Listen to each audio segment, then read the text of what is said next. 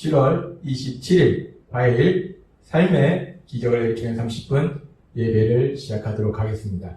하나님께서 오늘 우리에게 주신 말씀은 사무엘상 30장 6절에서 10절까지 말씀입니다. 이 말씀 제가 봉독하도록 하겠습니다.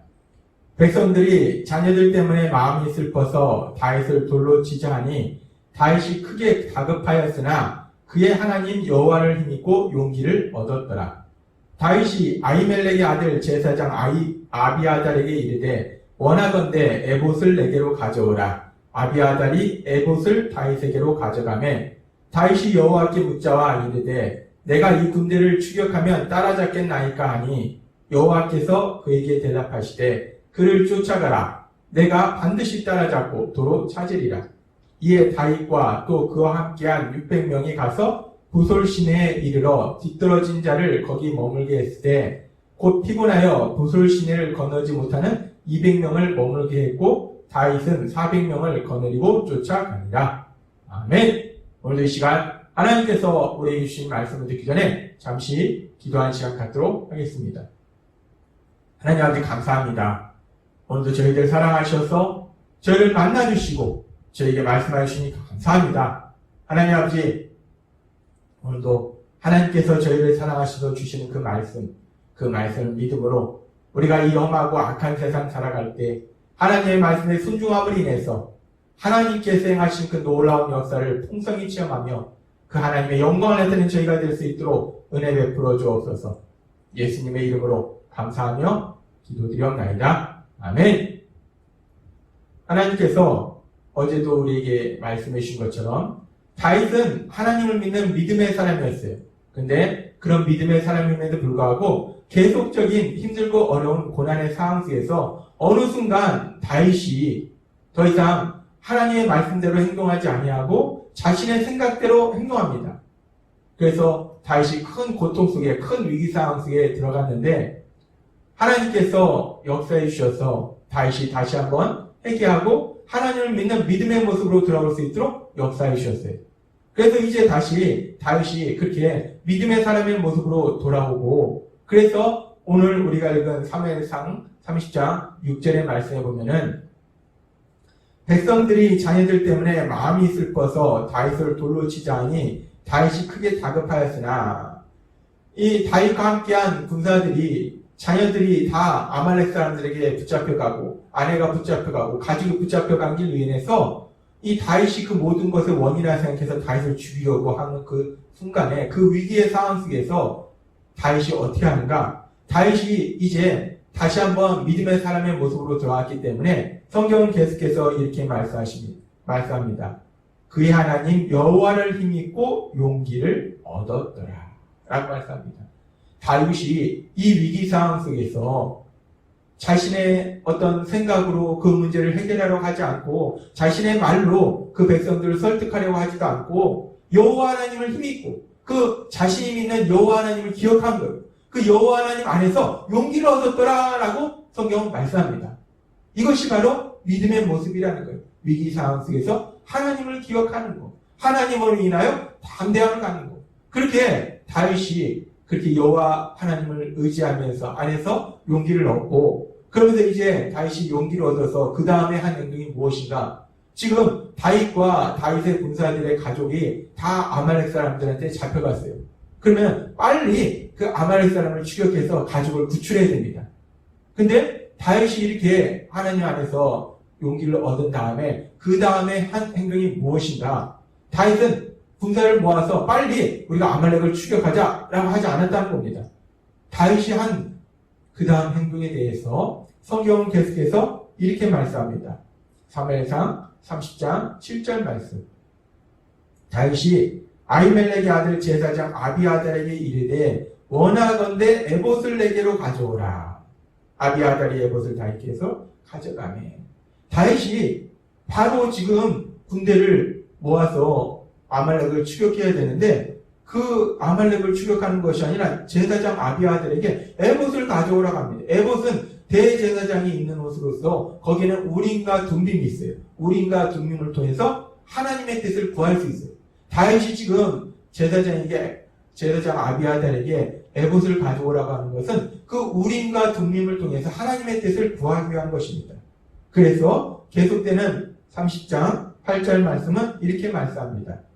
다윗이 여호와께 묻자와 이르되 내가 이분들을 추격하면 따라잡겠나이까 하니 여호와께서 그에게 대답하시되 그를 쫓아가라. 내가 반드시 따라잡고 도로 찾으리라. 다윗이 하나님 앞에 묻습니다. 우림과 둠밈을 통해서 하나님의 뜻을 물어요. 하나님, 제가 아말렉을 지금 쫓아가면 그들을 잡겠습니까? 그들에게 승리하겠습니까? 라고 다윗이 하나님의 뜻을 묻는 모습을 볼 수 있습니다. 우리가 사무엘상의 말씀을 읽으면서 사무엘상 26절에서 26장에서 하길라산에서 다윗이 사울을 살려준 이후에 사무엘상 27장에 다윗이 그 마음에 생각하기를 이라는 말씀처럼 다윗이 사무엘상 27장부터 자신의 생각대로 하나님의 말씀이 아니라 자신의 생각대로 행동해서 블레셋 땅으로 도망갑니다. 그리고 블레셋 땅에서 생활하는 동안 다윗의 삶이 참 평온했어요. 근데 그렇게 블레셋 땅에서 생활하는 동안 물론 그 상황 속에서도 다윗이 여러 가지 상황 속에서 하나님의 뜻을 물을 수 있는 상황들이 많았음에도 불구하고 성경에 보면 다윗이 하나님의 앞에 나아가서 하나님의 뜻을 묻는 하나님 앞에 기도하는 장면이 나오지 않습니다.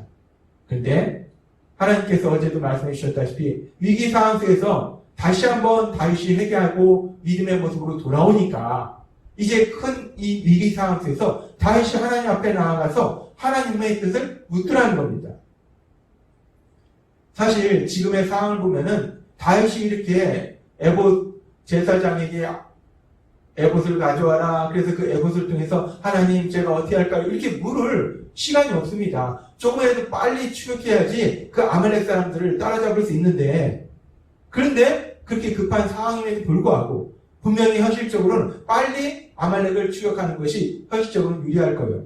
그런데 그럼에도 불구하고 믿음의 사람 다윗은 자신의 생각대로 빨리 서둘러서 그 문제를 해결하려고 하지 않고 먼저 하나님 앞에 나아가서 하나님의 뜻을 구하더라는 겁니다. 그렇게 다윗이 하나님의 뜻을 구하니까 하나님께서 다윗에게 말씀하세요. 추격하라. 추격하면 따라잡을 것이다. 라고 하나님께서 말씀하십니다. 그리고 도로 찾을 것이다. 라고 말씀하세요.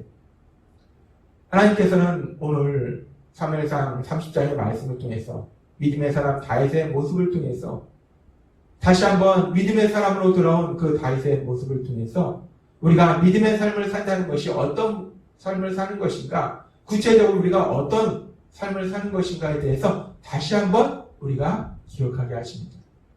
하나님께서 우리에게 계속해서 말씀해 주셨다시피 우리가 세상을 살다 보면 이 세상은 죄로 인해서 타락했습니다. 악이 가득합니다. 그렇기 때문에 우리가 세상을 살다 보면 예수님을 믿는 우리들이나 예수님을 믿지 않는 세상 사람들이나 삶 속에서 여러 가지 힘들고 어려운 일들을 만난다는 거예요. 고난을 만난다는 겁니다. 문제를 만난다는 거예요.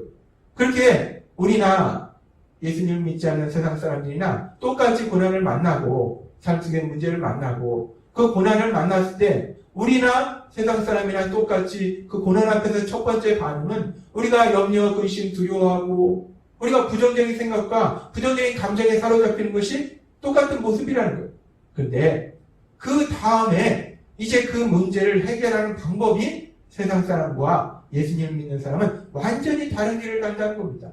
세상 사람은 자신의 생각대로 자신의 힘과 노력으로 그 문제를 해결하려고 하지만 하나님을 믿는 믿음의 사람은 오늘 우리가 본 믿음의 사람 다윗의 모습처럼 먼저 하나님 앞에 나아가서 하나님의 뜻을 구하고 하나님의 도우심을 구한다는 거예요. 하나님께 기도한다는 겁니다. 그렇습니다. 믿음의 사람은 문제를 만났을 때 하나님 앞에 기도합니다. 믿음의 사람이 문제를 만나면 자동으로 나오는 그 다음 반응은 성령님은 우리를 기도하도록 인도하신다는 거예요. 우리가 제자 훈련을 통해서 하나님께서 우리에게 많은 진리들을 말씀해 주시면서 특별히 제자 훈련 1단계의 끝부분에서 1단계를 마무리하면서 1단계의 결론으로서 하나님께서 우리에게 말씀해 주신 것이 있습니다. 그것은 우리가 세상을 살면서 이런저런 문제를 만났을 때 누군가 날 힘들게 하는 사람을 만났을 때 누군가 날 힘들고 고통스럽게 하는 그런 상황을 내가 만났을 때, 그렇게 삶 속에서 문제를 만났을 때 우리가 해야 될 아주 중요한 것이 무엇인가? 그런 순간에 우리가 해야 될 가장 중요한 것은 무엇이냐면 나는 누구인가? 예수님을 믿는 나는 누구인가를 기억하는 것이다 라고 말씀하셨어요. 우리가 삶 속에 문제를 만났을 때 첫 번째 해야 될 일은 예수님을 믿는 내가 누군가를 기억하는 거예요. 제자훈련을 통해서 하나님은 그 답을 말씀해 주셨습니다.